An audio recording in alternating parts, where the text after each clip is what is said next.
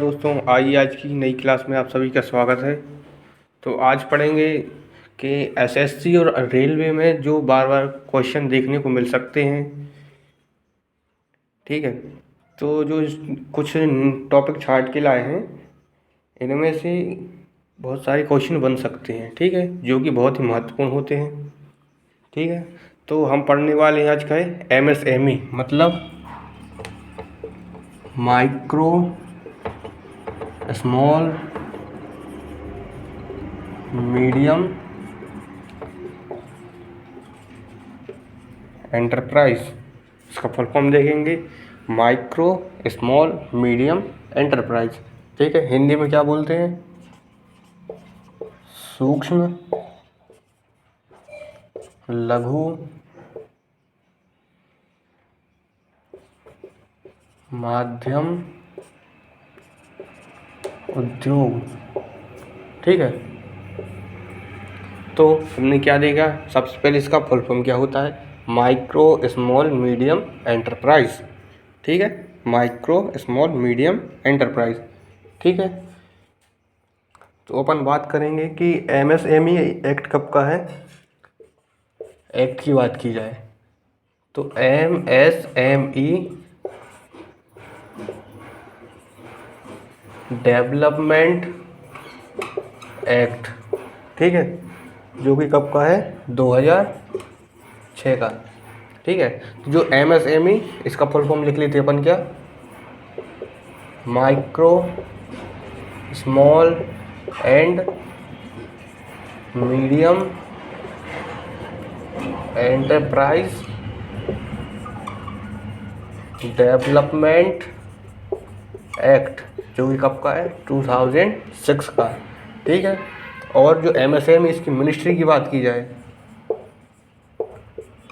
Ministry, ठीक है, कि ये एमएसएमई किस मिनिस्ट्री के अंदर आता है। ठीक है, तो वह कौन है? Ministry of MSME. ठीक है, ministry of micro small and medium enterprise.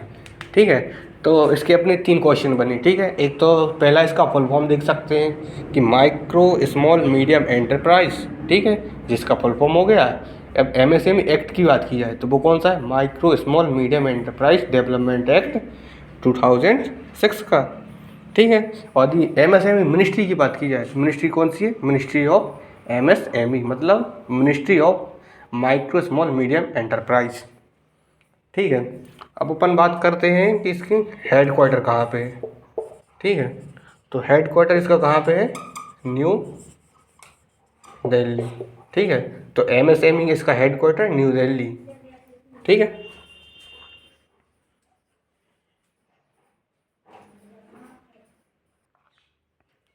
अब आप देखेंगे कि जो इसकी मिनिस्ट्री है, मतलब कौन सी? मिनिस्ट्री ऑफ एमएसएमई, थोड़ा सा एमएसएमई। ठीक है, जो मिनिस्ट्री है इसने एमएसएमई की एक डेफिनेशन बताई है। ठीक है, ठीक है, जो कि डेफिनेशन कुछ इस प्रकार है। अपन देखेंगे सबसे पहले माइक्रो स्मॉल मीडियम। ठीक है, तो किस किस के बेसिस पे बताई गई है डेफिनेशन? एक तो क्या है? इन्वेस्टमेंट, और दूसरा टर्नओवर। ठीक है, तो जो एमएसएमई है इसने मिनिस्ट्री ऑफ एमएसएमई द्वारा एक डेफिनेशन बताई गई है, जो कि कुछ इस प्रकार की है। कैसे? कि जो माइक्रो है, यदि इसकी इन्वेस्टमेंट 2.5 करोड़ होगा, ठीक है, और टर्नओवर की बात की जाए तो कितना? 10 करोड़। ठीक है, तो वो किसके अंदर आएगी? माइक्रो एंटरप्राइज के अंदर। ठीक है, और स्मॉल की बात की जाए, ठीक है, स्मॉल की, तो इन्वेस्टमेंट कितना? 25 करोड़।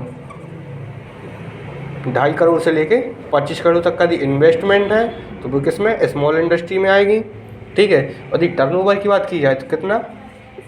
100 करोड़। 100 करोड़। ठीक है, और मीडियम की बात की जाए तो यदि इसका इन्वेस्टमेंट कितना? 125 करोड़ है। ठीक है, और टर्नओवर की बात की जाए तो वो कितना? 500 करोड़। ठीक है। तो जो मिनिस्ट्री ऑफ एमएसएमई इसने एक डेफिनेशन बताई थी क्या, कि माइक्रो यदि कोई एंटरप्राइज है उसका 2.5 करोड़ तक का इन्वेस्टमेंट है और 10 करोड़ तक का टर्नओवर, तो उसे किस में माइक्रो एंटरप्राइज में काउंट किया जाएगा। ठीक है। और दूसरा कि मतलब दूसरी कंपनी जो कि 25 करोड़ उसका इन्वेस्टमेंट हो और 100 करोड़ उसका टर्नओवर हो, तो वो किस कंपनी, वो स्मॉल कंपनी की स्मॉल एंटरप्राइज के अंदर काउंट होगी। ठीक है। और यदि कि कोई एंटरप्राइज है उसका 125 करोड़ क्या है इन्वेस्टमेंट है और 500 करोड़ क्या है टर्नओवर, तो वो किस में जाएगी, मीडियम एंटरप्राइज में। ठीक है।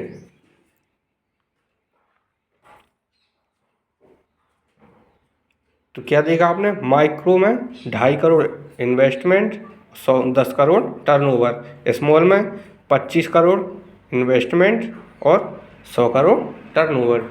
इसी प्रकार मीडियम की देखी जाए तो 125 करोड़ क्या है इसका इन्वेस्टमेंट और 500 करोड़ क्या है टर्नओवर।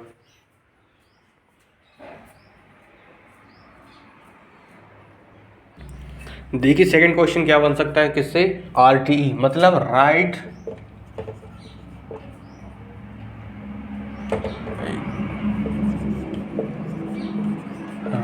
To education. ठीक है। सेकंड क्वेश्चन यहाँ से बन सकता है राइट टू एजुकेशन। अब राइट टू एजुकेशन एक्ट की बात की जाए, ठीक, कि राइट टू एजुकेशन एक्ट कब का है, तो वो कब का है 2009 का। ठीक है।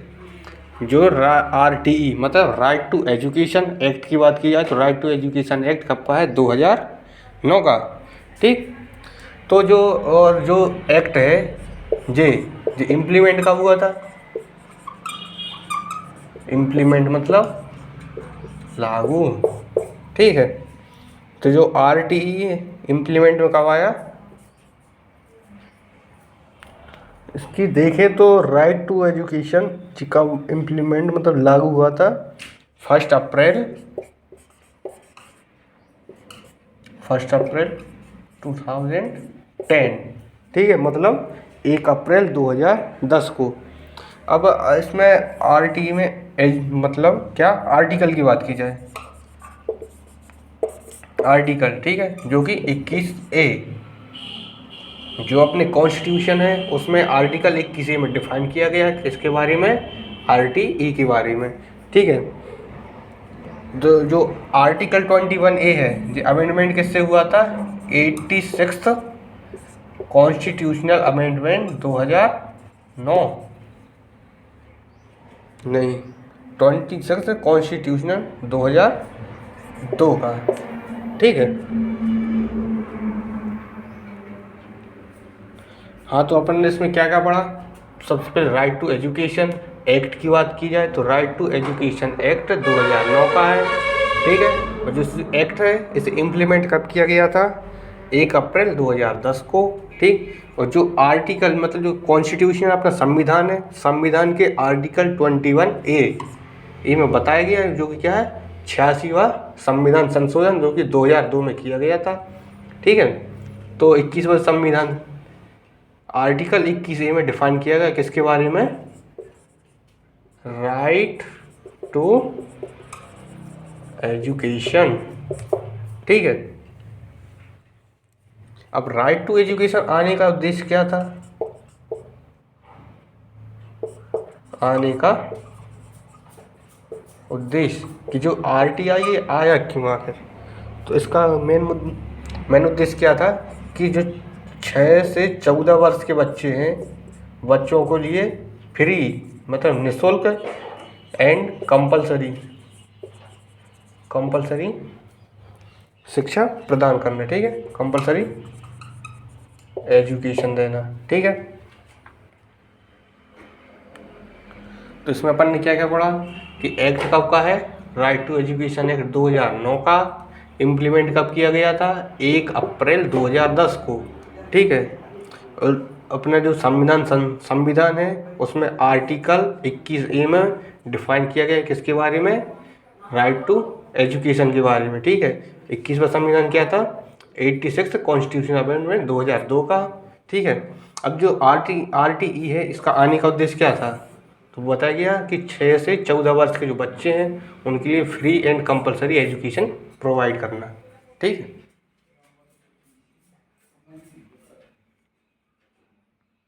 आइए नेक्स्ट देखते हैं अपन का इसके बारे में। WTO मतलब वर्ल्ड ट्रेड ऑर्गेनाइजेशन। क्या है? वर्ल्ड ट्रेड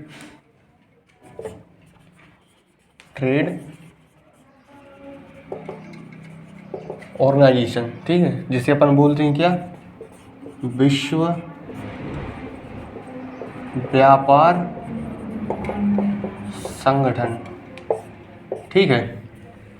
जो अपना वर्ल्ड ट्रेड ऑर्गेनाइजेशन है, ठीक है, ये इस्टेब्लिश कब हुआ था?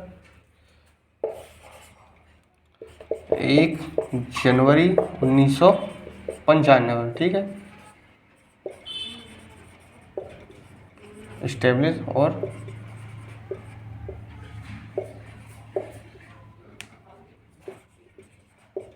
स्थापना। ठीक है, वो कब हुई थी? 1 जनवरी 1995। WTO का पहली नाम क्या था? पहले नाम की बात की जाए, ठीक है, तो वो क्या था? GATT। ठीक है, जिसका फुल फॉर्म, ठीक है, तो जो WTO था इसका पहली नाम क्या था? GATT मतलब general agreement on tariff and trade. ठीक है, पहले नाम इसका क्या था? GATT मतलब general agreement on tariff and trade. ठीक है, ये इस्टेब्लिश कब हुआ था? 1948 को। ठीक है, तो जो GATT इस्टेब्लिश कब हुआ? 1948 को। ठीक है, तो इसका नाम बदल के क्या कर दिया गया? WTO कब? 1 जनवरी 1995 में। ठीक है, तो इसका नाम क्या हो गया? पहले नाम क्या था? GATT मतलब general agreement on tariff and trade. तो इसका नाम चेंज होकर क्या हो गया? World trade organization. ठीक है, अब जो WTO है इसका हेडक्वार्टर की बात की जाए, क्या इसकी हेडक्वार्टर तो जो कहाँ पे है? जिनेवा, स्विट्जरलैंड में। ठीक है, तो इसका हेडक्वार्टर कहाँ है? Geneva, Switzerland. ठीक है, और जो WTO इसकी फर्स्ट महानिदेशक की बात की जाए तो वह कौन है? महानिदेशक कौन से?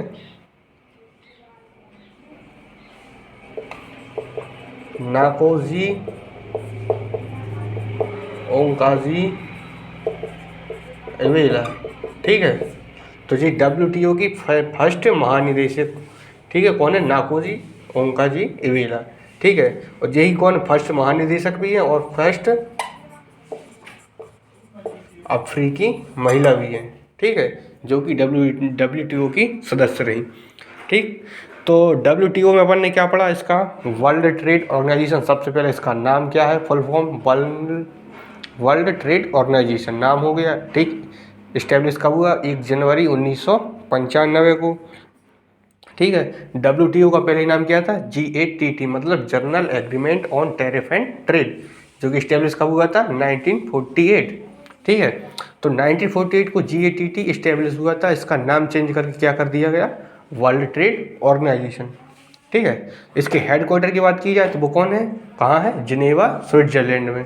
ठीक है, और जो WTO है इसकी फर्स्ट महानिदेशक की बात की जाए तो वह कौन है? नाकोजी ओंकाजी इवेला, जो कि फर्स्ट अफ्रीकी सदस्य भी हैं, अफ्रीकी महिला सदस्य। ठीक है, आइए आगे देखते हैं मनरेगा। इससे कितनी क्वेश्चन बन सकती है? सबसे पहले तो इसका फुल फॉर्म देखिए, बहुत ही बड़ा है। क्या है मनरेगा? ठीक है, क्या है? महात्मा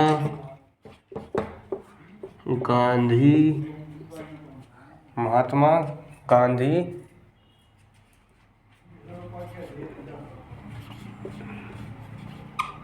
राष्ट्रीय रोजगार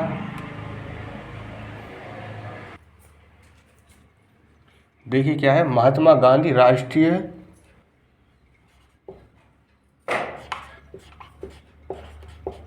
ग्रामीण, महात्मा गांधी राष्ट्रीय ग्रामीण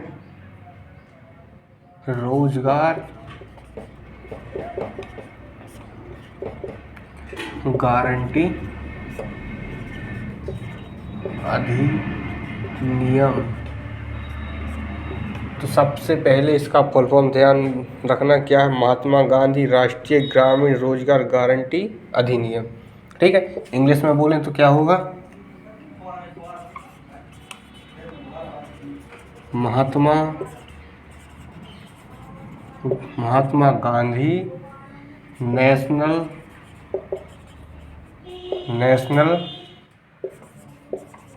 रूरल, ठीक है, क्या है, Mahatma Gandhi National Rural Employment Guarantee Act. ठीक है,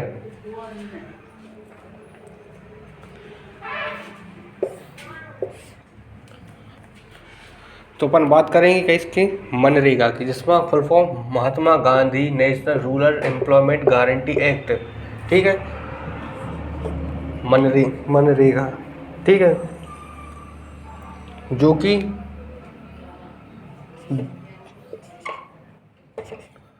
2 अक्टूबर 2009 को आई। इससे पहले नाम क्या था, नरेगा।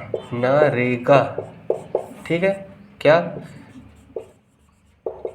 नेशनल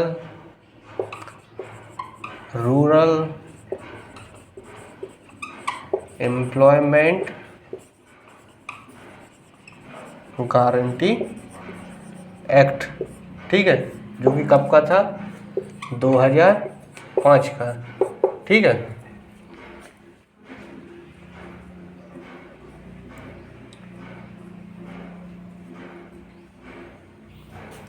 चेक करना है यहाँ पे।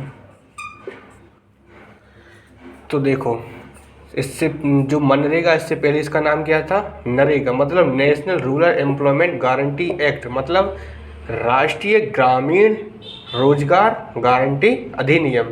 ठीक है, जो कि कब था, 2006 का था। ठीक है, तो इससे 2 अक्टूबर 2009 को क्या नाम चेंज कर दिया इसका, मनरेगा हो गया। ठीक है, अब इसकी बात की जाए तो ये मनरेगा किस मंत्रालय के अंदर आती है, मंत्रालय। ठीक है, तो मंत्रालय का नाम क्या है, मिनिस्ट्री, तो मंत्रालय की बात की जाए तो वो कौन है, मिनिस्ट्री ऑफ रूरल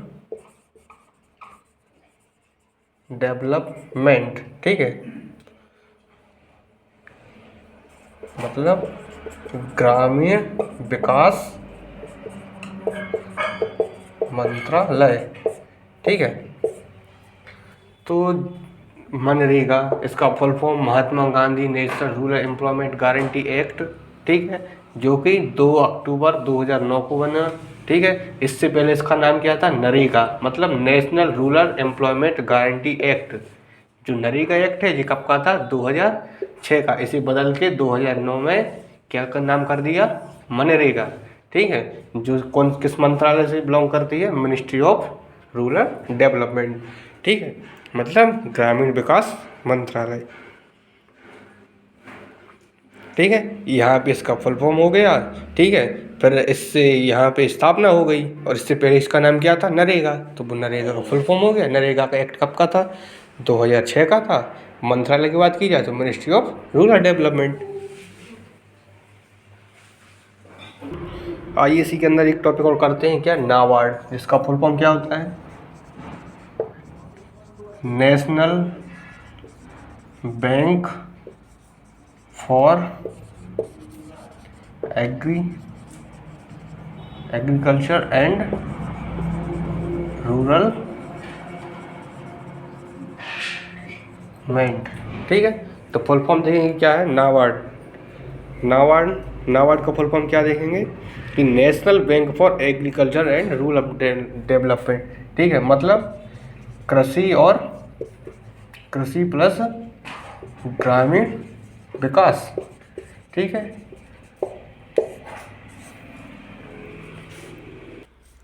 ठीक है। तो नाबार्ड की बात की जाए तो कब स्थापना हुई, स्थापना की बात की जाए तो वो कब हुई, 12 जुलाई कब, 1982। ठीक है, स्थापना किस की सिफारिश पे हुई थी, तो वह कौन थी, शिवरमन समिति की सिफारिश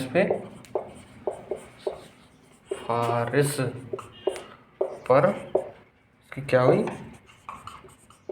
स्थापना। ठीक है, और जो नाबार्ड इसका काम क्या होता है कि जो रूरल डेवलपमेंट को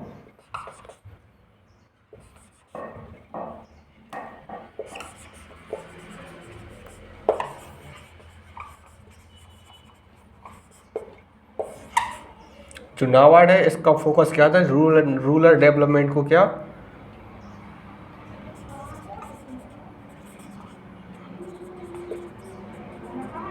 बैंकिंग सिस्टम प्रोवाइड फाइनेंस। जो नाबार्ड है इसका फोकस क्या होता है कि जो रूरल डेवलपमेंट है उनके लिए क्या, फाइनेंशियल सर्विस प्रोवाइड